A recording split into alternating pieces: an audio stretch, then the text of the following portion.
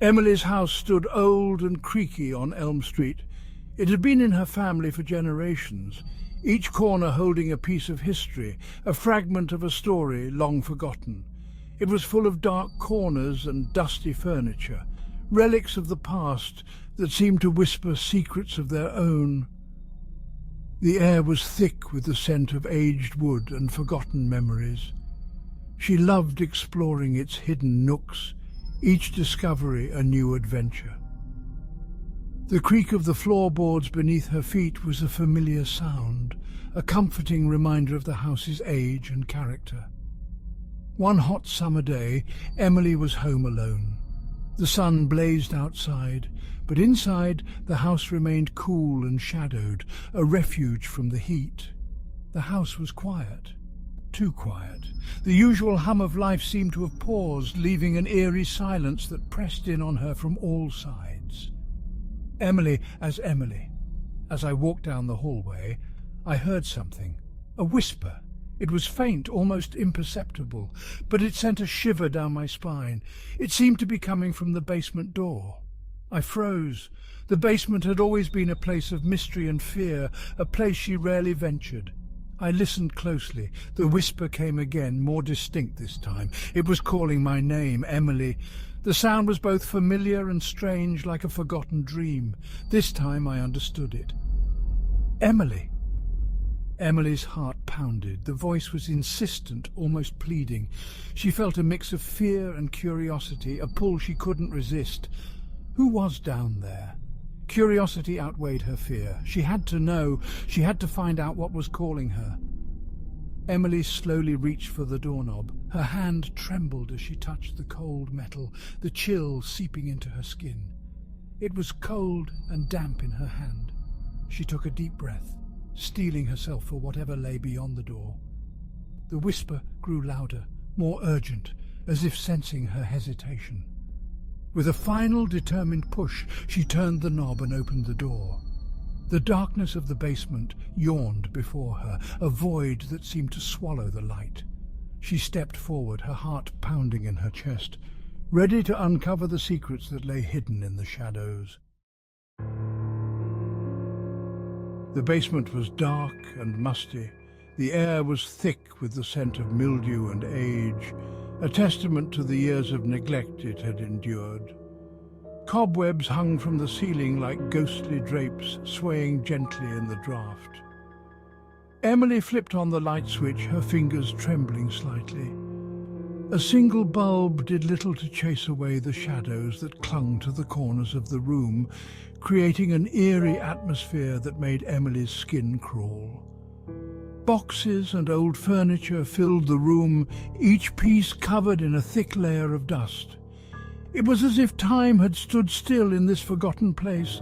In the corner sat a large wooden chest, its presence almost commanding attention. Emily was sure she'd never seen it before, and its sudden appearance filled her with a mix of curiosity and dread. Emily. I cautiously approached the chest, my heart pounding in my chest. Each step felt heavier than the last, as if an unseen force was trying to hold me back. The wood was dark and scratched, bearing the marks of time and countless untold stories. It looked very old, perhaps older than anything else in the basement. I lifted the heavy lid with a creak that echoed through the silent room. Dust swirled around me, making me cough and squint as I peered inside. Inside I found a stack of yellowed photographs, their edges curled and brittle, and a tarnished silver hand mirror that seemed to shimmer with a life of its own. Emily reached for the mirror, her hand hesitating for a moment, as if sensing the significance of the object she was about to touch. As her fingers touched the cool metal, the whispers started again, faint at first but growing louder with each passing second. This time they seemed to be coming from the mirror itself, as if the object held the voices of the past, trapped and yearning to be heard. Emily felt a chill run down her spine as she realized she was not alone in the basement. Emily held her breath and looked into the mirror. At first, she saw only her reflection, but then the image flickered. Another face appeared, a girl with sad eyes and long dark hair. The girl's lips moved, but Emily couldn't hear her voice. The image faded, and Emily was left staring at her reflection once more. Her heart raced. Was the mirror haunted? Emily as Emily. I knew I had stumbled upon something strange and unsettling. Determined to uncover the truth, I decided to show the mirror and the photographs to my grandmother. Emily raced upstairs and found her grandmother in the living room knitting a quilt. She told her everything about the whispers, the chest, and the girl in the mirror. Her grandmother listened patiently, her brow furrowed. When Emily finished, her grandmother sighed. Mrs. Wilson, Emily, I think it's time I told you about a family secret. For generations their family had lived in this house on Elm Street, and for generations a secret had been passed down, a secret about a young girl who had died tragically in the early 1900s. Section 5, A Family Secret. Grandmother explained that the girl in the mirror was named Sarah. Sarah was our great-aunt, a lively girl who loved to play hide-and-seek. One day, Sarah disappeared. The family searched everywhere, but they never found her. Days turned into weeks, weeks into months, and still, no sign of Sarah. Eventually, they gave up hope. They believed she had wandered off and gotten lost in the woods. But Sarah hadn't wandered off. She had never left the house. Section 6. The Broken Necklace. Emily's grandmother held up the quilt she was working on. It was made from dozens of squares of different fabrics, sewn together in a beautiful pattern. She pointed to one square, a deep blue velvet. Stitched onto the velvet was a silver heart locket, broken in two, S2. See this? They found the locket in the basement weeks later, near the old chest, the same chest Emily had just discovered. S2. This was Sarah's. The clasp broke the day she disappeared. Emily's grandmother explained that Sarah's spirit was trapped in the mirror.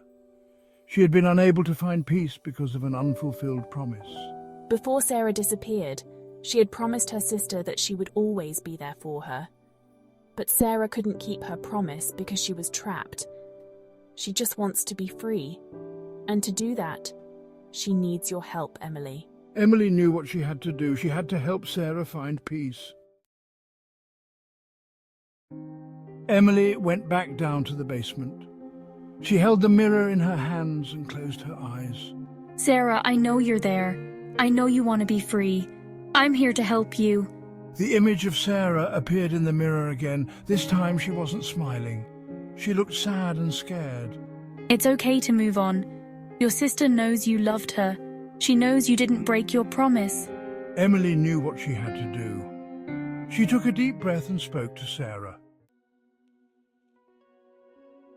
As Emily spoke, the mirror began to glow.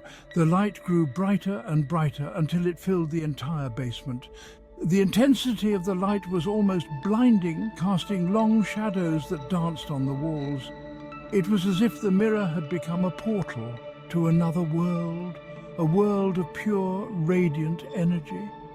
Emily had to shield her eyes from the overwhelming brightness. She could feel the warmth of the light on her skin, almost like standing in the sun.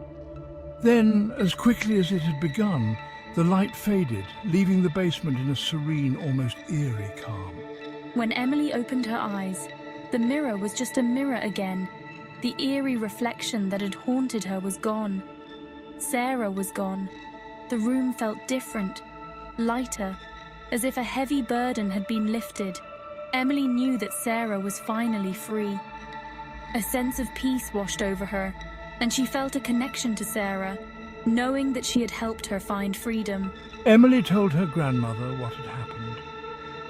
They went back down to the basement together, the sunlight now streaming through the small window, casting a warm glow on the once dark and eerie room. The basement no longer felt like a place of fear, but a place of closure.